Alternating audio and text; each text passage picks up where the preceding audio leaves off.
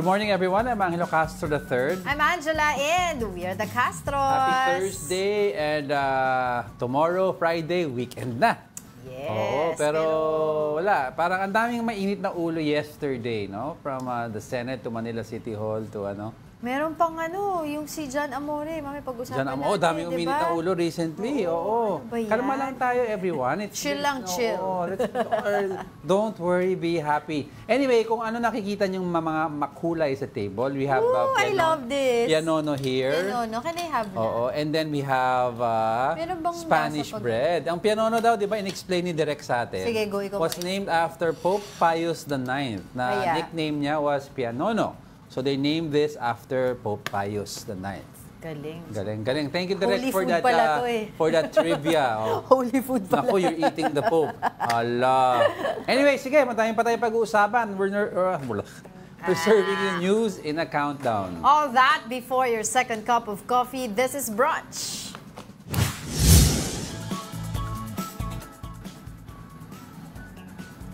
Let's begin our countdown with the UAAP. LaSalle defeated Far Eastern University in their game on Wednesday, 68-62. Kevin Kiambao missed a triple-double with 12 points, 11 rebounds, and 8 assists. Michael Phillips, meanwhile, registered 13 points, 14 rebounds, and 2 assists.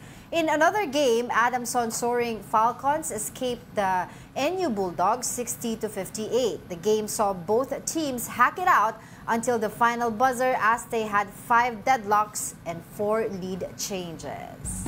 Congratulations, Animo, LaSalle! Yung sa LaSalle, expected victory naman yan kasi medyo weaker team ang kalaban nila. And Kiambao, of course, is one of the best remaining players in the league. Kasi he's old na rin eh, di ba? Parang last year na ba niya to? Definitely daw. This might be his last year. He was offered, if you remember, no, for context, he was offered to play in Japan this year.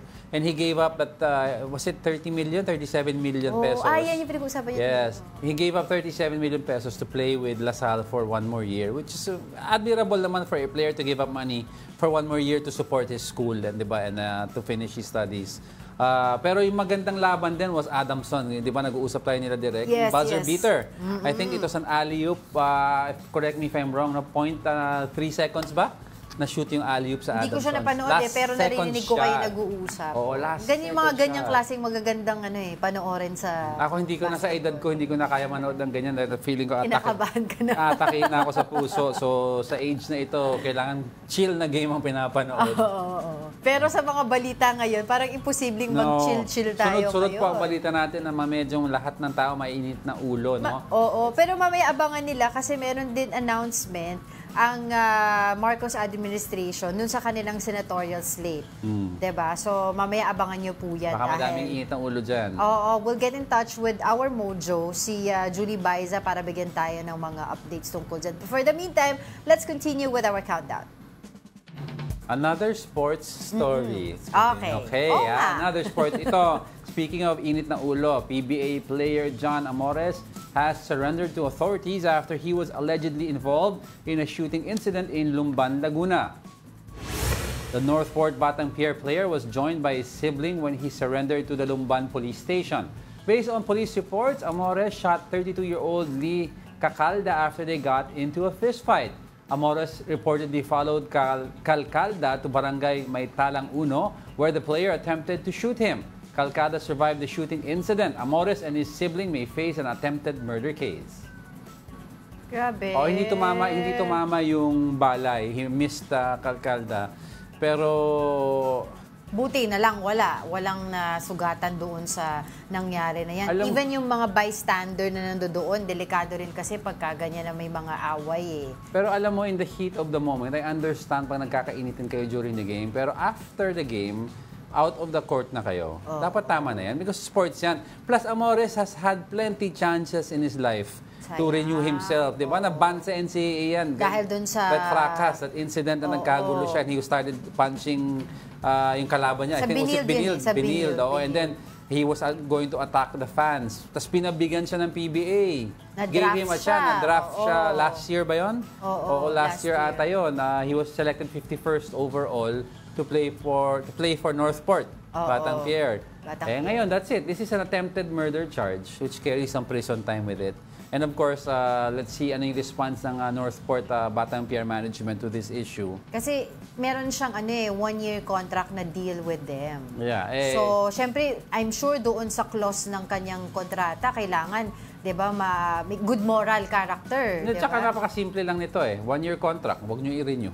Oo. If it's a liability because of his temperament, di ba? Kasi alam mo talaga kapag emotional ka, mahirap magdesisyon, mahirap mag-act on it. Kasi yung emosyon yung pinaiiral mo dyan, hindi yung utak mo hindi na mo yung nangyayari. But obviously there's something wrong with his temper, which sana we want to see him succeed Kaya sana, di ba, people around him will really find a way to get him to therapy. Oo. Long term, sana nga, long nung term. time na nangyari yung sa NCAA, talagang naayos siya. Alam ko he was going to temporary therapy there. Pero, pero like kasi this, ongoing yung mga ganyan, hindi lang basta-basta few sessions with a doctor, okay na. Kasi to pull out a gun and actual fire it, with the intent to hit somebody, hindi lang tumama, buti hindi siya asintado, hindi lang tumama, meaning may problema ka sa temper mo. Kawawa naman yung bata kung lagi siyang galit. Oo nga. Diba? So sana, I'm rooting for him na sana magbago siya because sayang wasted opportunity. Oo. Ang dami kasi diba he was given a second chance. And a lot of, diba? Sayang hindi niya na pangalagaan yung second chance. And a lot of, before we go, a lot of young boys out there sa madaming liga ngayon. There are thousands of basketball players in and around the metro. Nakikita natin yan kasi anak natin naglalaro yan. Yes. A lot of prospects and they all want to make it either to the PBA, to wherever, NBA, di ba? Whatever it is, dying for that spot. Di ba? So if you're there, wag na sana aksayahin. Pero sa iba, wag natin kumbaga parang tulungan natin siya. 'Di ba? Wag na siya i-bash. Ma-get over it. We want him to succeed. Dapat matulungan siya with his anger issues. We want him to succeed. Oo. Pero syempre, kailangan accountability. Okay, sige, let's continue with our countdown. Coming at the 9th spot is about the weather. A low-pressure area or LPA is currently being monitored outside the Philippine Area of Responsibility. Pag-asa last spotted the LPA 2,750 kilometers east of Central Luzon. The Weather Bureau said the LPA has a low chance of entering PAR. Meanwhile, the Intertropical Convergence Zone or ITCZ will bring rain to Palawan, Visayas, and Mindanao. Patuloy pa rin ang mga pag-ulan, kalat-kalat ang mga pag-ulan, so ingat pa rin tayo and hopefully gumanda-ganda na yung mga panahon natin, di ba? Okay, let's go continue. Moving over to our top 8, tension rose at the Manila City Council Session Hall on Wednesday. The altercation was between Councilors Joel Villanueva and Philip Lacuna, Mayor Hani Lacuna's brother. According to Villanueva, the approval of the city's annual budget was suddenly included in the session's agenda. The confrontation started when Lacuna approached Villanueva during the break. Villanueva said he was told that the mayor had issued a certificate of urgency for the approval of the budget. Nagtataka naman kami, bakit kailangan maipasa na considering na hindi pa pumapatong yung buwan ng Oktubre. Na supposed to be, dapat dito nagkakaroon ng public hearing at tumaharap yung mga department heads sa mga konsihal para matanong sila at malaman at i-justify nila yung hinihingi nilang pondo. Palapit ng palapit ang mga pag-iinit ng ulo, palapit pati mga councilors natin nag-uumbagan. Palapit ng certificate of pag-filing ng COC. So kaya umiinit ang ulo ba mga tao? Diyan sa Laguna, sa Manila. Was between the brother of the current mayor, si Hani, and of course, namesake, Joel Villanueva. Councilor po ito, not the senator. So you're seeing right now sa inyo pong TV screens. Yung supposed altercation. Sa City Hall po yan ng Manila. Oo, ang reklamo kasi ni Councilor Joel Villanueva, it should have gone to a public hearing muna noong October 1 before ipasa outright yung budget at scrutinize daw per issue, per proposed budget daw ang rini-request. Pero ang sinasabi kasi ng brother ni Councilor Lacuna na certified by the mayor as urgent na kailangan ipasa kaagad ang 25 billion peso budget ng Manila LGU. Oo. Ba't kailangan maaga ipasa? Yan lang ang question. Let's take time naman to scrutinize it. Kailangan ba yung kaya mapasa tuloy sila nag-away. bago mag-filing? O wala lang, I'm just asking. I'm not bringing up Bibigyan anything. ng kulay, ano? Pero yun nga, napakainit ang ulo ng mga Oo, tao. kasi- Yesterday din, actually, the other night yun, pero kahapon lang naipalabas sa social media yung away sa Senate, di ba? Pero eventually, nagkabati naman sila. Oo, kasi magkaibigan naman talaga yan, si Senator Migs at si Senator... Yung awayan naman dun tungkol sa Embo Barangays, di ba? Yes, kasi oo. sinasabi ni Senator Mig Zubiri, hindi daw yun kasama sa agenda nila Sa for agenda. today. So anyway, may ibang pagkakataon pa tayo pag-usapan niya. But coming up, the Justice Department recommends filing criminal charges against alleged fake Filipino Tony Yang. And one lawmaker says Vice President Sara Duterte could face plunder charges amid bribery allegations. Isa pa yan kahapon sa biglang may ganyan na resource person. Si Si Yusek. Former Yusek, Dep and Yusek Gloria Mercado. Pag-usapan po natin yan at marami pang iba mamaya po. We are just getting started mga kapatid. More of our top 10 news when brunch returns. Keep it here on One News.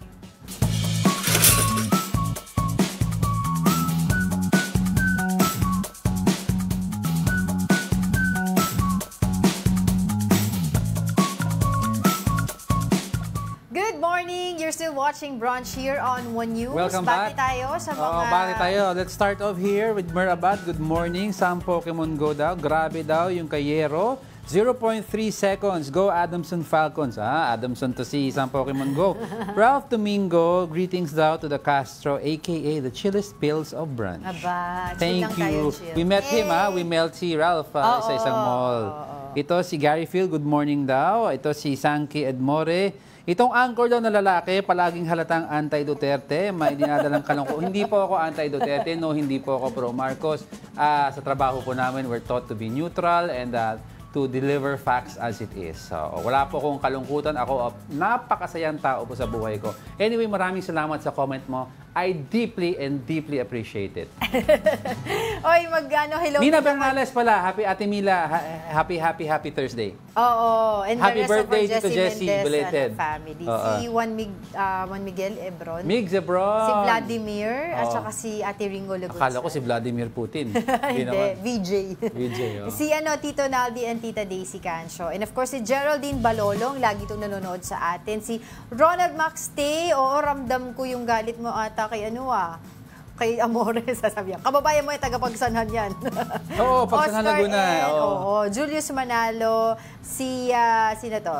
Si Kajunyan at saka si Gary Ko. Yan, magandang umaga po sa inyo. Sige, ulaan niyo na po kung ano magiging number 1 namin for today. But for the meantime, let's continue with our countdown. Bilang Pilipino, bilang Pilipino. Coming in at our top 7, the COMELEC urges the public to register for midterm elections. The agency has set September 30 as the deadline of voter registration. Those who have been deactivated may also apply for reactivation until Monday. Registrants are advised to prepare all the requirements beforehand to avoid inconvenience. Punta na kayo. Huwag na natin hintayin yung last day. Huwag nyo nang palampasin itong pagkakataon para makaboto sa darating na halalan sa May 12, 2025. Yan sabi ni EA, election assistant. Punta na kayo. Punta na kayo. Pero may point siya, huwag na kayo Totoo maghintay, naman. huwag na maghintay ng last minute. Tapos kapag mahaba yung pila, rereklamo. Alam mo, we're also guilty of that naman Dati, long time ago nung tayo nagpa-register, di ba? Last minute tayo naghihintay. Doon sa mga hindi nakaboto, dati nakaregister pero hindi nakaboto ng dalawang magkasunod National, na major national. na national election, kailangan nyo po magpa-reactivate. Oo. Diba? Pero kung kayo naman po ay Bumoto. nakakaboto regularly kapag Good may pa rin election, yun. good job po kayo. Pero doon sa mga bagong magpaparegister ngayon, yung mga recently na nag-turn ng 18 years old.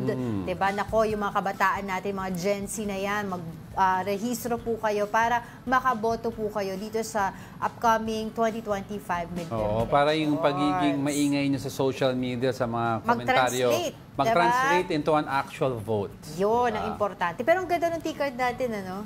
Bago. Yung, Ano ba, paki-explain sa public what a hindi, yung T-card is. bumper, yung wow, wow. What is a bumper? Huwag mo na ipa-explain. Pinapa-explain mo pa sa akin lahat. It's graphics. Yes, Yeah. yun. Ano So man, anyway, so ang ganda Ano yung niya. kinanta mo? Wow!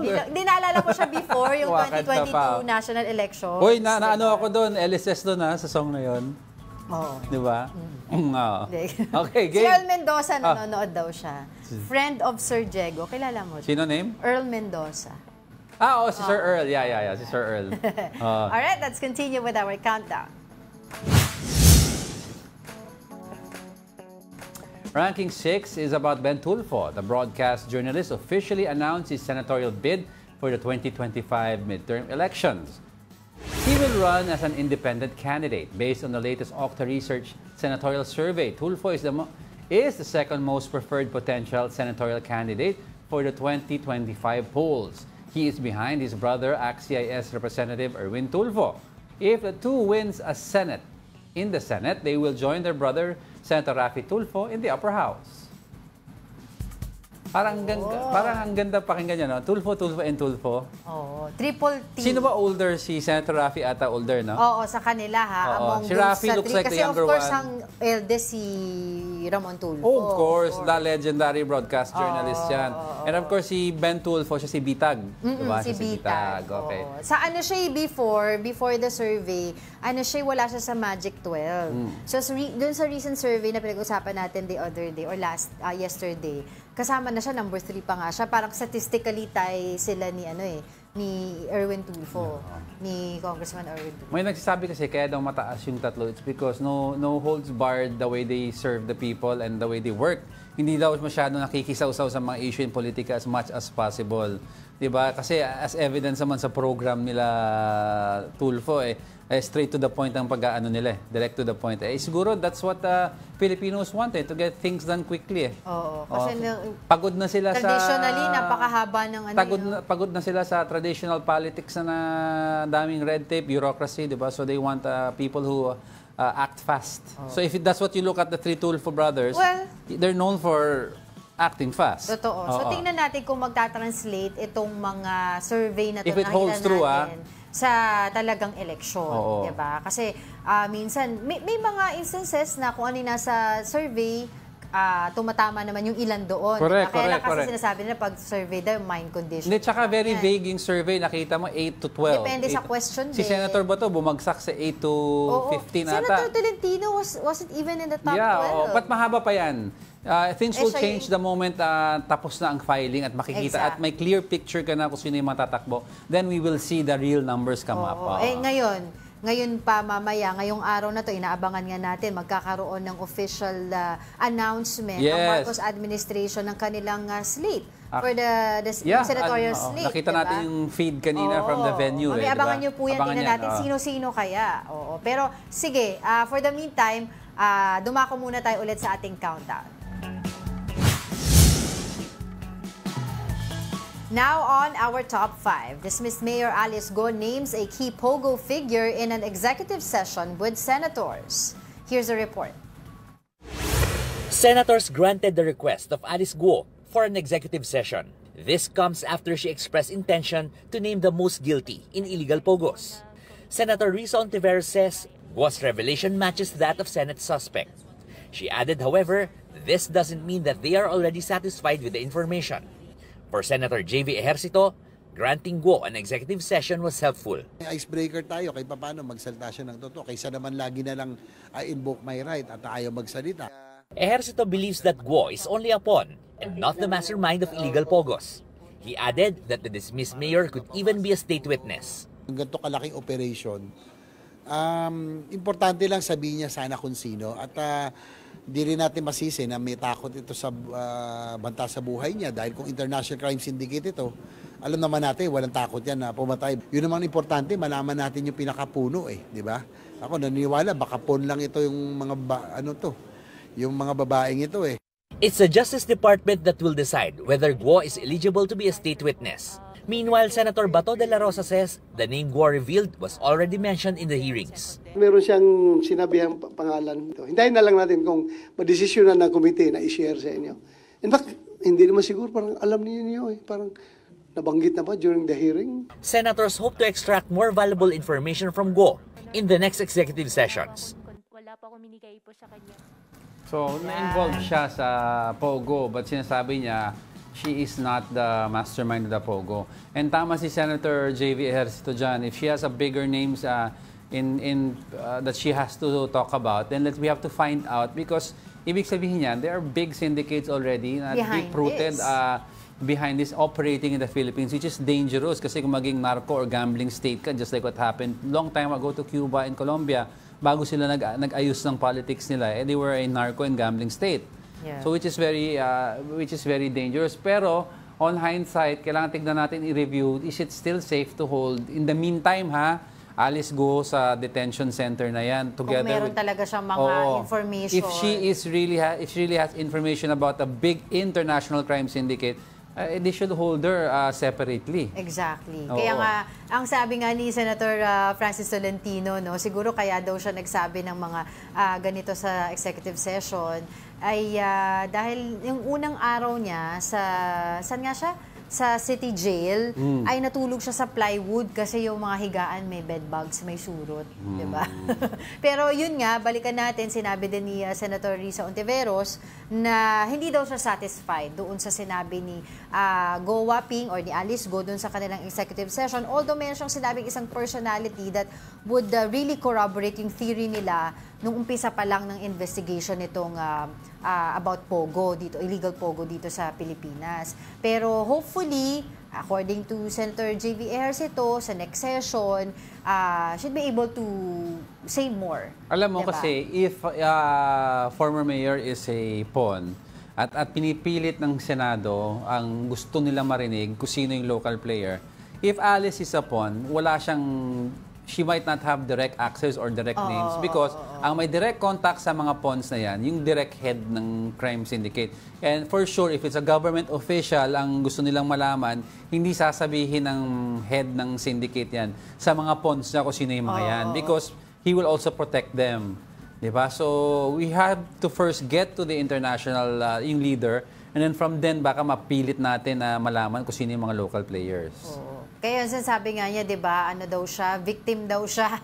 Hindi daw siya yung mastermind. So, tama din, ano? Kasi if you can remember dito sa mga nanonood sa atin, regular na nanonood sa atin dito sa brunch, nabanggit din natin ito, napag-usapan din natin a few days or few weeks ago na kapag nag-hold sila ng session, kasama nga itong si Alice Go, parang lagi silang galit o whatsoever. Hindi tuloy nila makuha yung gusto nilang makuha kay Alice Go. Ngayon, iniba ni Senator J.V. Ejercito yung tono niya. Naging parang, although sinabi naman ni Senator J.V. Ejercito, hindi siya nag-empathize kay Alice Go. Pero maganda na maging komportable siya sa pagsasabi, 'di ba, sa kanila ng mga importanteng impormasyon. We talked about this last week.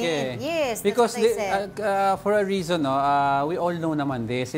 We studied this in high school pa lang. Yung human mind or the human person does not respond to threats. Ang regular human response po sa isang threat, just like any animal, di ba, defensive mode ka. You start to put a shield around you or whatever you have at your disposal. Yes. Ngayon, how do you open up to attack? Di ba? Pag-aangin mo yung loob. Di ba yung US interrogation tactics? May good cop, bad cop. Sige, so abangan natin yung susunod na executive session with Alice Go kung meron pa siyang masasabi, mga importante impormasyon. Hindi siya si Alice Go, Go Waping. Go Waping, diba? Para doon sa ginagawa nilang Senate hearing dito nga again sa illegal Pogo dito sa ating bansa. But of course, itong next na kasama natin sa countdown ay kadugtong ng mga Senate hearings na ginagawa. Ranking fourth is Tony Yang. Justice Secretary Boying Remulla recommends filing of criminal charges against the fake Filipino over pursuing his deportation to China. Remulla explained that filing criminal charges means the government is getting to the bottom of the cases of faking birth certificates. The brother, former Duterte's economic advisor Michael Yang, was confirmed as Chinese citizen Yang Jianxin. Yang previously admitted to authorities that his Philippine birth certificate is fake. Oh, ang bilis niya umamin eh. Alam mo, pagkatanong lang sa kanya, yes na siya kaagad eh. Yes, it's fake. Diba? Meron siyang fake passport, fake birth certificate. For the longest ng time, businesses alam dito. mo, for the longest time since namulat mata ko sa politika, since the 90s pa, parang I've been wanting to, bakit nangyayari na mamayagpag sa Pilipinas yung mga fake government documents? I mean, come on, matagal na nangyayari ito. Buti na address ngayon to. Sa recto pa lang eh. Alam naman natin naging issue na noon yan eh. You have fake driver's license. You have, alam mo yung mga fake na transcript of records na yan nung panahon ng 90s sa early 2000. Pag verify mo yung records na yun sa school, nag-reflect.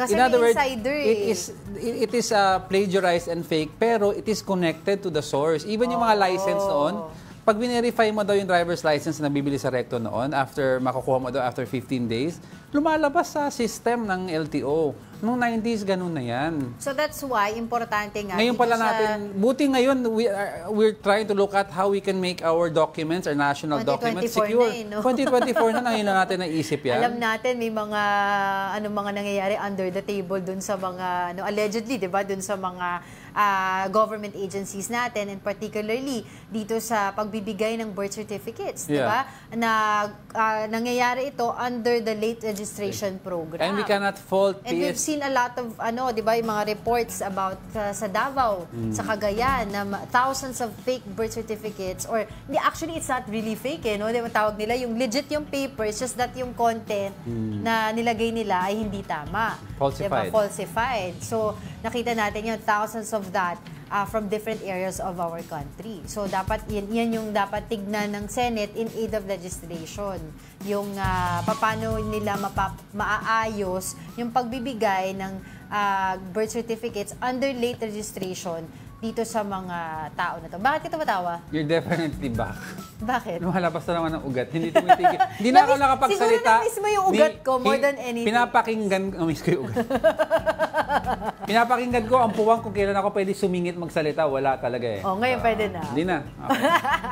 Pero ano pa yung mga dapat tignan ng dyan sa nangyaring Okay na yan. Actually, sa Senate hearing, yung natin. border control. Oh, hindi, mama, pamaya pag-usapan natin yan. Diba? Money laundering sa mga, tawag dito, sa mga proseso ng bangko. Yan, napakadami. Okay. But, don't go away. We're not done yet. May tatlo pa. Stay with us.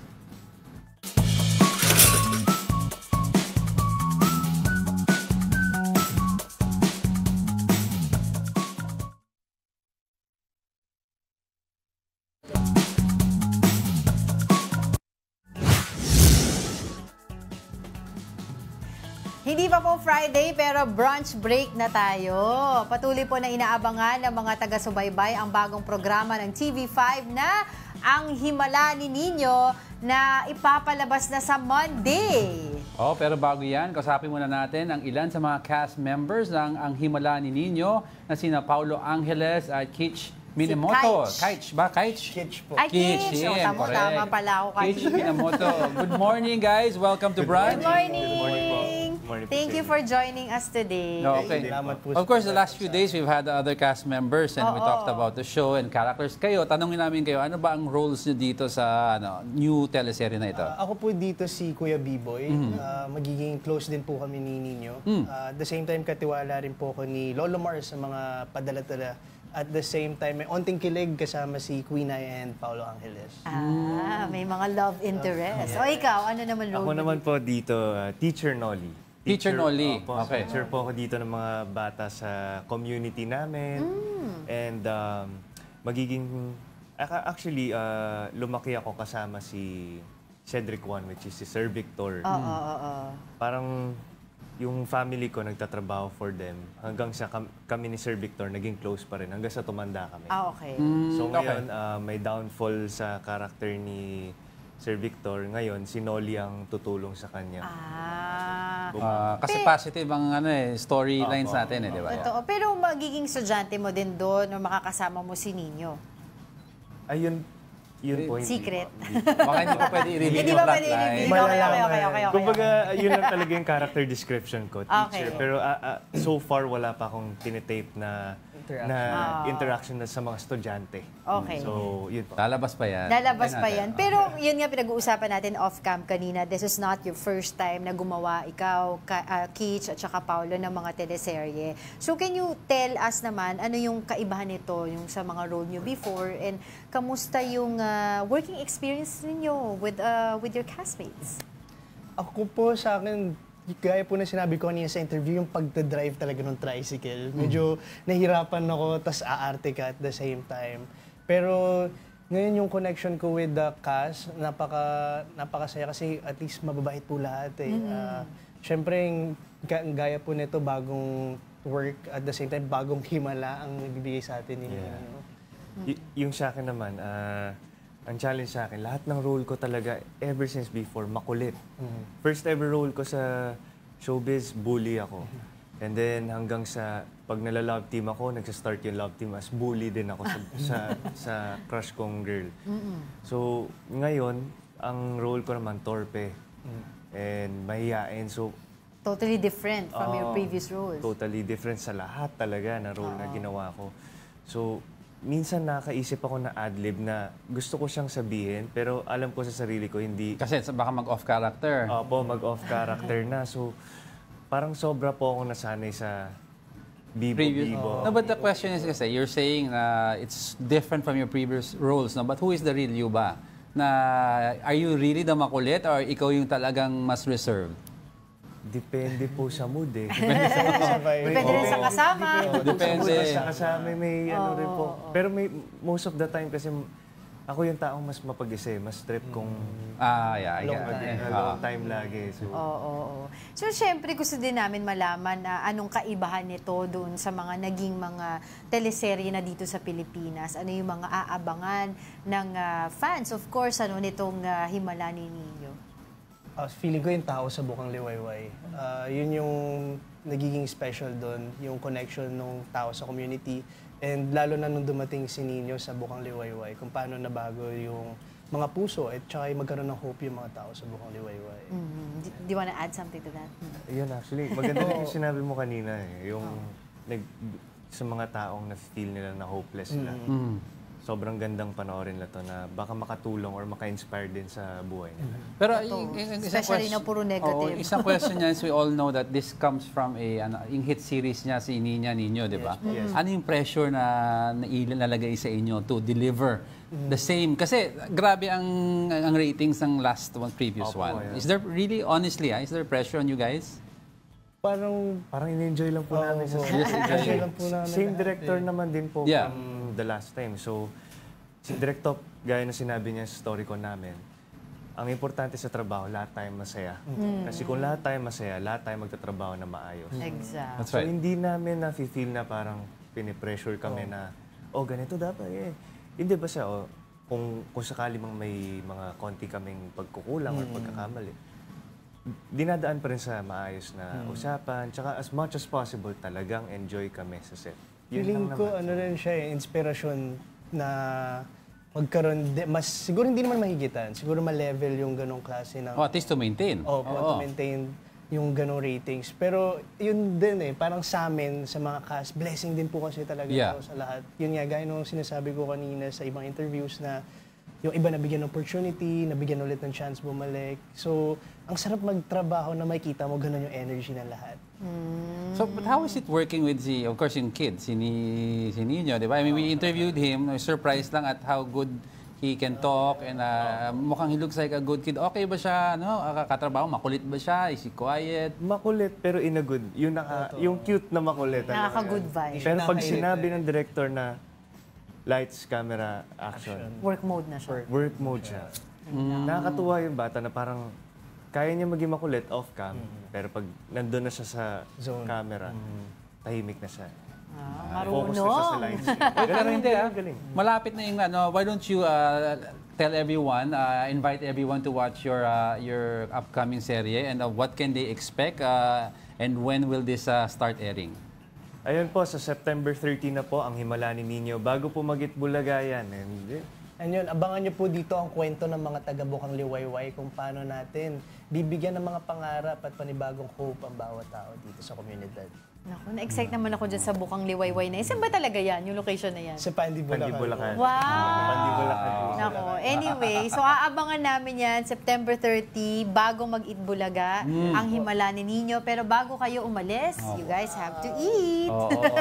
Kain muna ka. Pianono yan, pianono. Okay, sige. O mga taga-Bukang Liwayway, kakain ng pianono. Alright, maraming salamat, for joining us, Paulo Angeles and Kitch Minamoto. Yun, sarap no? Alright, Angel, say yan. Diyan lamang po kayo. Hindi pa tayo tapos sa the top stories in our countdown after a short break. Keep it here on One News.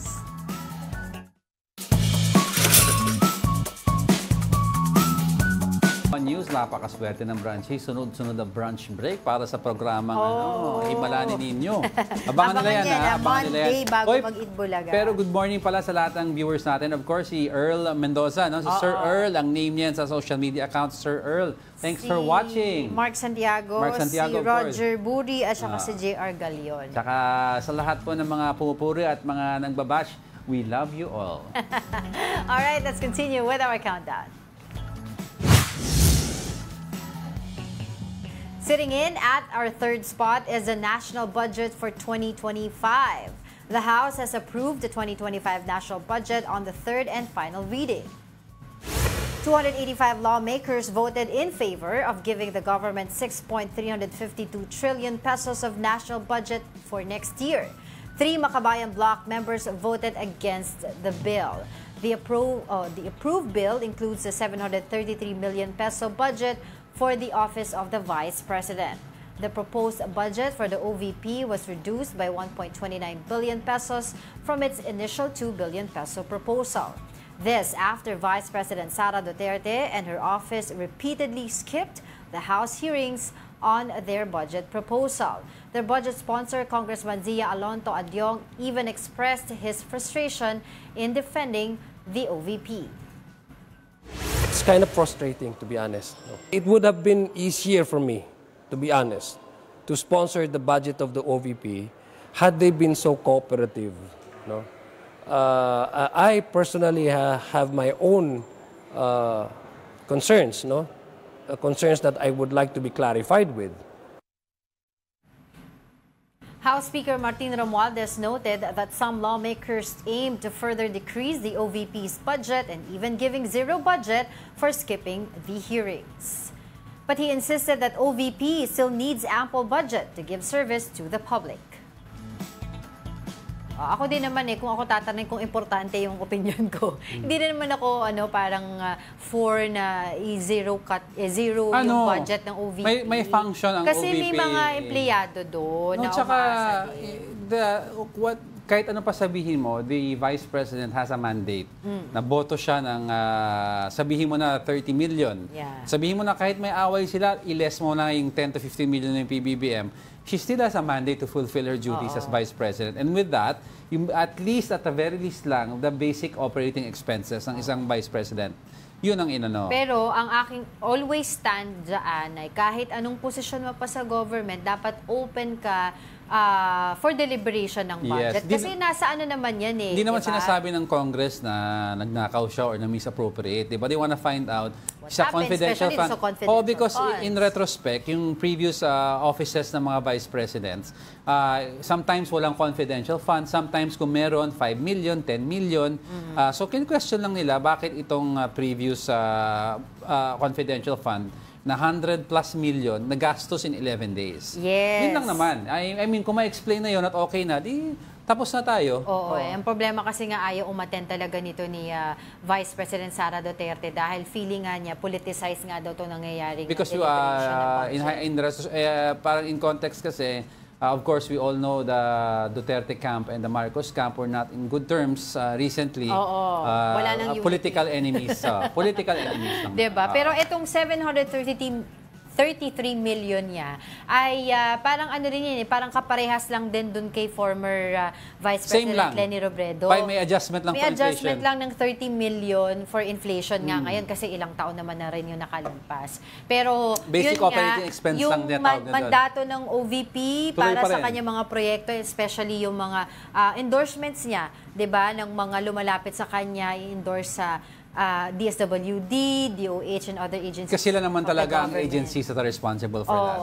Yun. Para wala lang redundancy. At saka ang sinasabi naman dito, kasi di ba sinabi nga rin ni Pangulong Bongbong Marcos, pinirmahan niya certified as urgent yung bill, itong budget for 2025. Ang target nila, before daw ng Pasko, dapat mapirmahan na. Kasi may plenary debates pa dito sa Senate, di ba? So, yan ang aantabayanan natin. Pero ang sabi naman ni Vice President Sara Duterte, a-attend siya ng Senate hearing for budget deliberation dahil alam naman natin yung iba nag-express na ng support kay Vice President Sara Duterte. Pero, of course, si Senator Risa Ontiveros, may mga questions pa rin siya regarding the budget of the OVP. But, of course, next na! Wait lang, namamangha talaga pag sasalita. Walang hinga, walang puwang, singitan. Alright. I'll go! Next. Now, one congressman says Vice President Sara Duterte may face a plunder case amid bribery allegations. Here's the report. During a House panel hearing on the budget utilization of the Office of the Vice President, former Education Undersecretary Gloria Mercado showed these envelopes. Each of these allegedly contained 50,000 pesos from then DepEd Chief Sara Duterte. Mercado said she was receiving these envelopes monthly from February to September 2023. The envelopes where the money was. Comsec? So it's 9 envelopes. Kuha po yung envelope. So it says hope and the amount is there. Kasi ang sakit naman nun, ordinaryo lang akong trabahante tapos inano ka ng Vice President, di ba? Mercado served as head of the procurement entity of the DepEd under Duterte's leadership. Lawmakers asked her what were the envelopes and the money for. The reason why you are considering all these concerns is because you believe that the envelope is a bribe. Do you agree? Yes or no, ma'am? It's kind of harsh word to use, bribe. Because if... Or should I say... It is a means to influence your decision being the hope. It could be. Mercado added that she was forced to resign in October last year amid the controversies in the agency's computerization program. She said then Assistant Secretary Ron Munsayak told her to just let the bidders negotiate on it themselves. But this was immediately refuted by Munsayak. Parang sinabi ko, mag-decide na kayo kung i-re-rebid nyo yan. Kasi kung i-re-rebid nyo yan, aabot pa yan, hindi masasayang yung 2022 funds. So I remember that, Your Honor. Ang tanong ko lang ho, ba't naman ho ako mag-uutos ng illegal sa isang USEC na head of procuring entity na may mga kasamang tao na hindi ko man lang kilala? Congressman Joel Chua said Duterte may face a plunder case if Mercado's allegations are proven true. I must stress at this point that the sheer vastness of these potentially misused funds sets this matter apart from other instances of irregularity and disallowance. These amounts easily surpass the threshold for the crime of plunder under our laws. Our top story for today is Vice President Sara Duterte. VP Sara denied the accusations by former Education Undersecretary Gloria Mercado against her. The Vice President called Mercado's allegations against her as all lies. She said that the former Undersecretary must present evidence first before accusing her of giving 50,000 pesos of bribes every month. VP Sara added that Mercado was removed from her office due to loss of trust and confidence. Gloria Mercado is a disgruntled former employee of the Department of Education. I think hindi lang siguro niya matanggap na kasalanan niya kung bakit siya pinalayas sa Department of Education. Pero hindi din talaga namin matanggap na magsusulisit ka sa isang private company on paper 16 million. and then kukuha ka ng teacher item sa field, gagawin mong EA sa central office. Hindi pwede yun.